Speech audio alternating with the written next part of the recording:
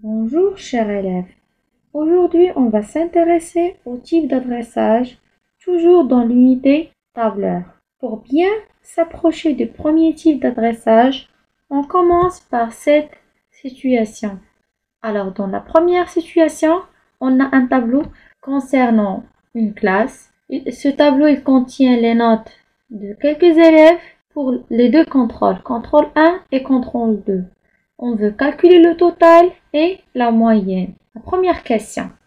Quelle est la formule saisie pour calculer le total des deux contrôles pour l'élève Maroufi Houssam ainsi que la moyenne?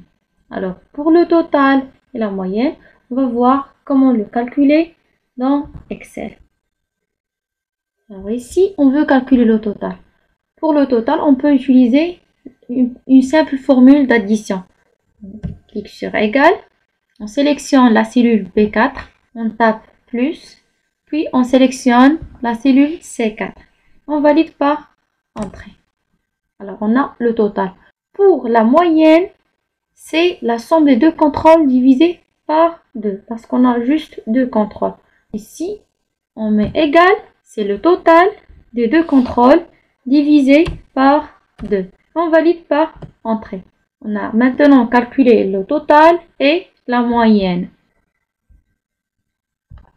Alors, on a calculé le total et la moyenne pour Houssam Maroufi. On passe à la question suivante. Après avoir terminé la saisie des formules concernant cet élève, on les a recopiées pour les autres de la classe. Pour faire la recopie, on utilise la recopie incrémentée. Alors, on clique ici, on clique et on glisse en utilisant le pointeur de recopie incrémentée. Ici aussi, on doit utiliser la recopie incrémentée en cliquant et en glissant. Est-ce que les résultats sont-ils justes dans ce qu'on a fait? Alors, vous voyez les résultats. Alors ici, on a 26, c'est la somme de 14 plus 12. Divisé par 2, c'est 13. 16 plus 19, c'est 35. Divisé par 2, c'est 17,5. 17 plus 16, c'est 33. Divisé par 2, c'est 16,5. Et 11 plus 13 est égal à 24.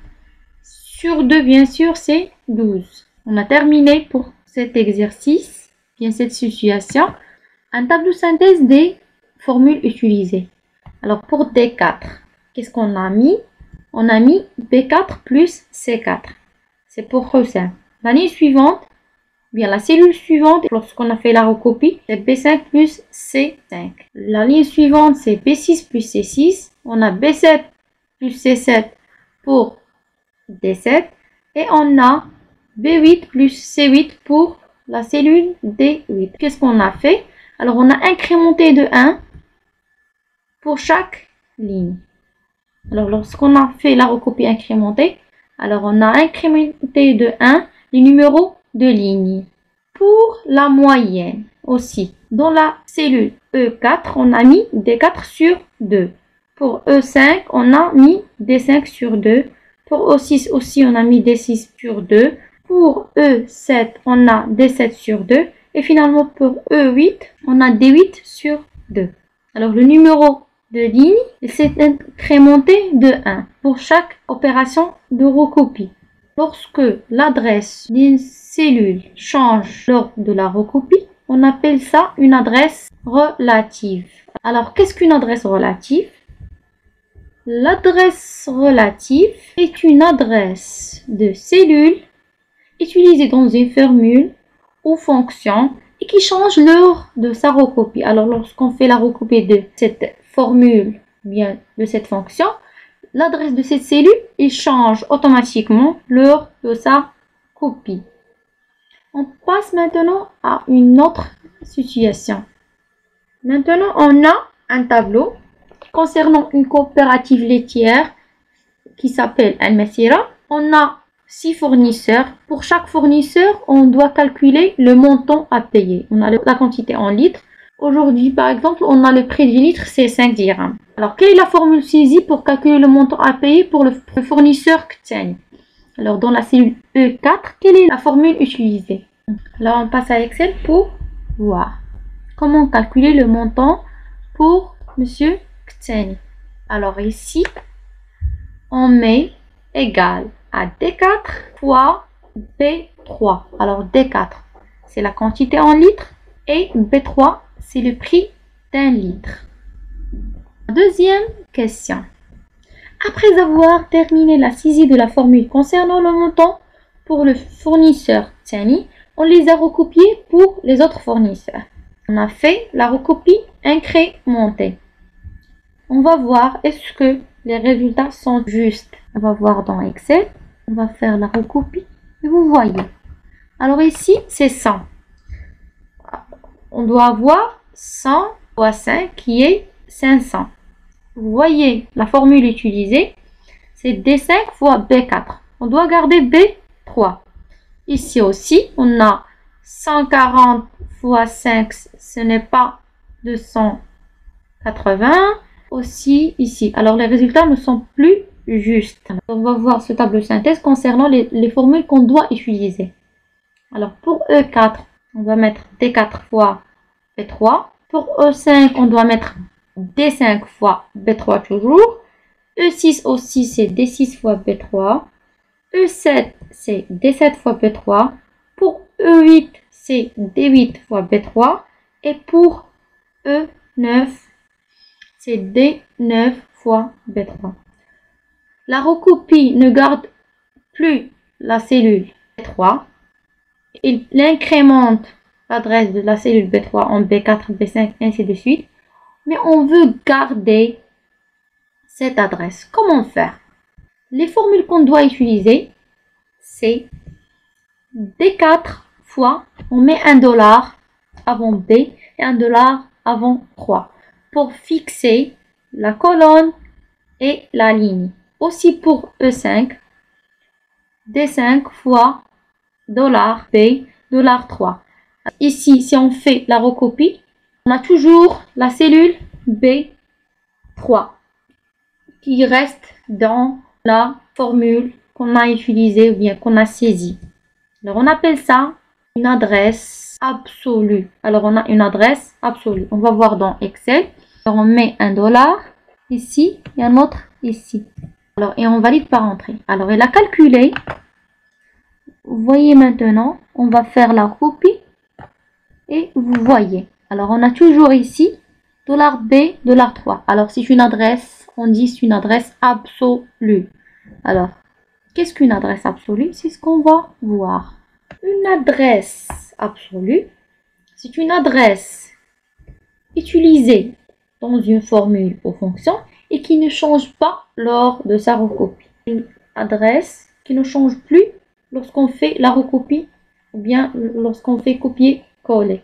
Pour changer une adresse relative en adresse absolue ou bien la transformer, soit on ajoute le signe $ avant le nom de la colonne et le numéro de la ligne. Ou bien on tape tout simplement sur la touche F4 du clavier et le tableur va ajouter automatiquement le signe $. Alors soit on le tape nous-mêmes ou bien on clique tout simplement sur la touche F4 et le tableur va l'ajouter automatiquement. On passe maintenant à un exercice pratique. Alors, qu'est-ce qu'on a dans l'exercice pratique? Alors, on doit réaliser le tableau suivant dans Excel et faire les calculs nécessaires en utilisant les adresses relatives ou bien absolues selon le besoin. Lorsqu'on a besoin d'utiliser des adresses absolues, on va utiliser les adresses absolues. Lorsqu'on a besoin d'utiliser des adresses relatives, on va utiliser bien sûr les adresses relatives. On passe à la réalisation de cet exercice dans MS Excel. C'est notre exercice. Pour moi, le tableau il est déjà saisi pour gagner un peu de temps. Je vais procéder directement à la réalisation des calculs. Pour la moyenne, les deux contrôles, je peux utiliser tout simplement la fonction moyenne ou bien je peux utiliser le total des deux contrôles divisé par 2. Alors, je peux mettre une parenthèse ici. B5 plus C5, je ferme la parenthèse, puis je divise sur 2. Ou bien, je peux utiliser la fonction moyenne.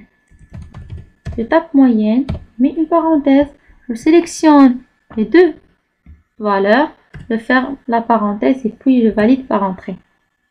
Ici, je peux utiliser un adressage relatif. Je peux faire la recopie incrémentée sans ajouter des dollars. Alors, je clique et je glisse. Ici, je veux calculer le total des notes pour le contrôle numéro 1. Alors, je peux mettre la fonction somme est égale somme, parenthèse, je mets une parenthèse, je sélectionne les cellules à additionner, je ferme la parenthèse et je valide par entrée. Ici aussi, je peux utiliser la recopie incrémentée. Alors, on a ici 72, 78, et ici, on a 75. Pour la moyenne de la classe, pour le contrôle numéro 1, c'est le total des notes du contrôle 1 divisé par le nombre d'élèves. Alors, je mets égal total sur le nombre d'élèves et il est ici. Alors, je peux valider par entrée. Et je peux utiliser la recopie incrémentée. Mais vous voyez, alors on a ici B10 sur B2, c'est correct. Ici, on doit avoir quoi? On doit avoir C10 sur B2. Mais lorsqu'on a utilisé un adressage relatif, lors de la recopie incrémentée, on a incrémenté aussi la cellule B2. Alors, ici, on doit fixer l'adresse de la cellule B2 en mettant les dollars. On peut tout simplement utiliser la touche F4 et on a automatiquement les dollars. Ou bien, je peux les saisir moi-même. Je valide par entrée. Et maintenant, je fais la recopie incrémentée. Alors, vous voyez ici, on a C10 sur B2 avec les dollars et D10 sur B2 avec les dollars. On a terminé l'exercice. On peut l'enregistrer. Fichier enregistré. J'espère que vous avez bien compris la différence entre l'adressage relatif et l'adressage absolu et comment les utiliser pour faire des calculs simples et corrects. Merci pour votre attention et à la prochaine.